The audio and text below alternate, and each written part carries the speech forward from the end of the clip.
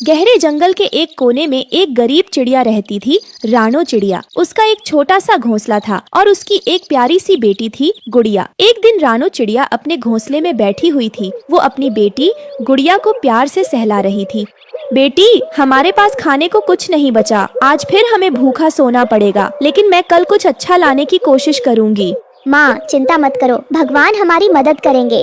वहीं पेड़ की डाली पर एक काला डरावना कौवा बैठा था। कालू कौवा, उसकी लाल लाल आंखें चमक रही थी।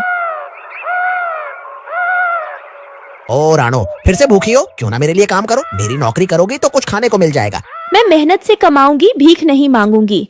अरे, बहुत जुबान चलाने लगी हो रानो। तुम समझती हो कि तुम मुझे डरा दोगी? हाँ, मैं कालू कौवा हूँ, जंगल का सबसे चालाक और दुष्ट कौवा हूँ।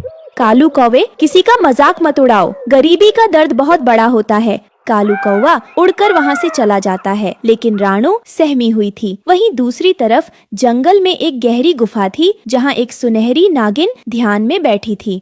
मुझे किसी की करुण पुकार सुनाई दे रही है। कोई बहुत परेशान है। नागिन जंगल में रैनकते हुई जाती है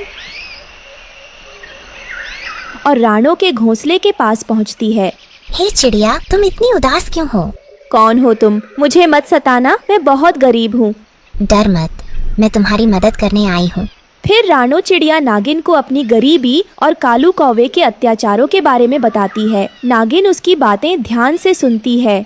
चिंता मत करो, मैं तुम्हें एक जादुई मणि दूंगी। जब भी तुम्हें जरूरत हो, इसे घिसना और तुम्हारी मनचाही चीज तुम्हें मिल जाएगी। नागिन अपने सिर से एक सुनहरी मणि निकालती है और रानो को देती है। धन्यवाद नागिन बहन। रानो मणि घिसती है और उसके सामने खाने पीने का सामान आ जाता है। गुड़िया खुशी से उछल पड़ती है। रानो चिड़िया के पास अब हर दिन खाना रहता है, लेकिन कालू कौवा यह देख लेता है और जलने लगता है। ये चिड़िया अचानक अमीर कैसे हो गई?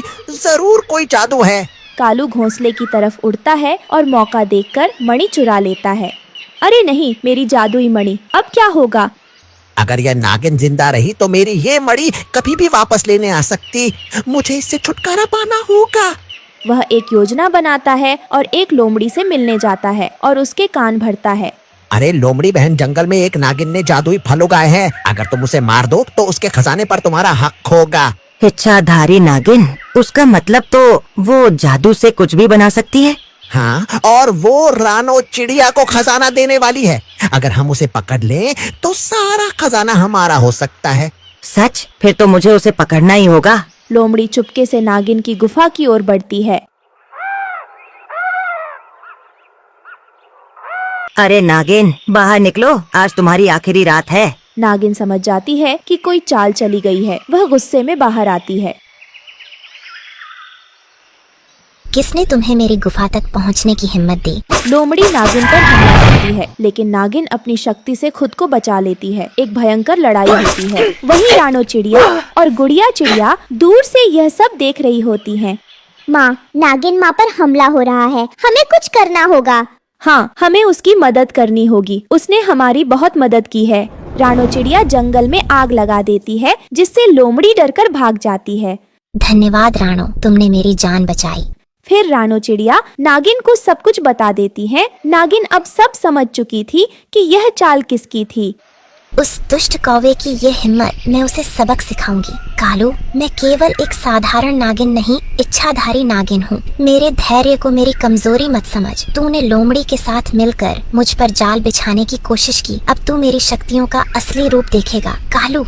नागिन तेजी से भागती है और कालू कौवे के ठिकाने पर पहुंचती है। वहीं कालू कौवा मणि को अपनी चोंच में दबाकर उड़ रहा था। तभी नागिन अपने असली रूप में आ जाती है। अरे कालू, तुझे क्या लगा कि छल और कपट से पाया हुआ नाग मणि तेरा हो जाएगा? नहीं, लेकिन याद रख, जो दूसरों का हक छीनने की कोशिश करता है, उसका अंत भी उतना ही भयावह होता है। अब तेरे छल कपट का खेल खत्म हुआ और मैं तुझे ऐसी सजा दूंगी कि तेरा नाम तक कोई नहीं लेगा। तैयार हो जा अपने पापों का फल भोगने के लिए। अरे बाप रे, इच्छाधारी नागिन! मुझे तो लगा था कि ये सिर्फ कहानियों में होती है, लेकिन तुम तो सच में अपनी भयानक शक्तियों के साथ मेरे सामने खड़ी हो। नहीं नहीं, मैं तो बस मजाक कर रहा था। मेरा इरादा तुम्हें नुकसान पहुंचाने का नहीं था। कृपा करके मुझे माफ कर दो। मैं अब कभी किसी के साथ छल नहीं करूंगा, कभी किसी का हक नहीं छीनूंगा। बस मुझे छोड़ दो हे नागिन देवी। फिर नागिन की आंखों से तेज रोशनी निकलती है और कालू घबराकर मणि नीचे गिरा देता है। फिर नागिन अपनी जादुई शक्ति से उसे पत्थर की बना देती है। इस तरह रानो चिड़िया को उसकी जादुई मणि वापस मिल जाती है। नागिन बहन, तुम्हारा बहुत बहुत धन्यवाद। रानो, सच्चे और नेक दिल पक्षियों की मदद करना मेरा धर्म है। फिर नागिन गुफा में लौट जाती है और रानो चिड़िया और गुड़िया चिड़िया खुशी से अपने जीवन का आनंद लेने लगते हैं।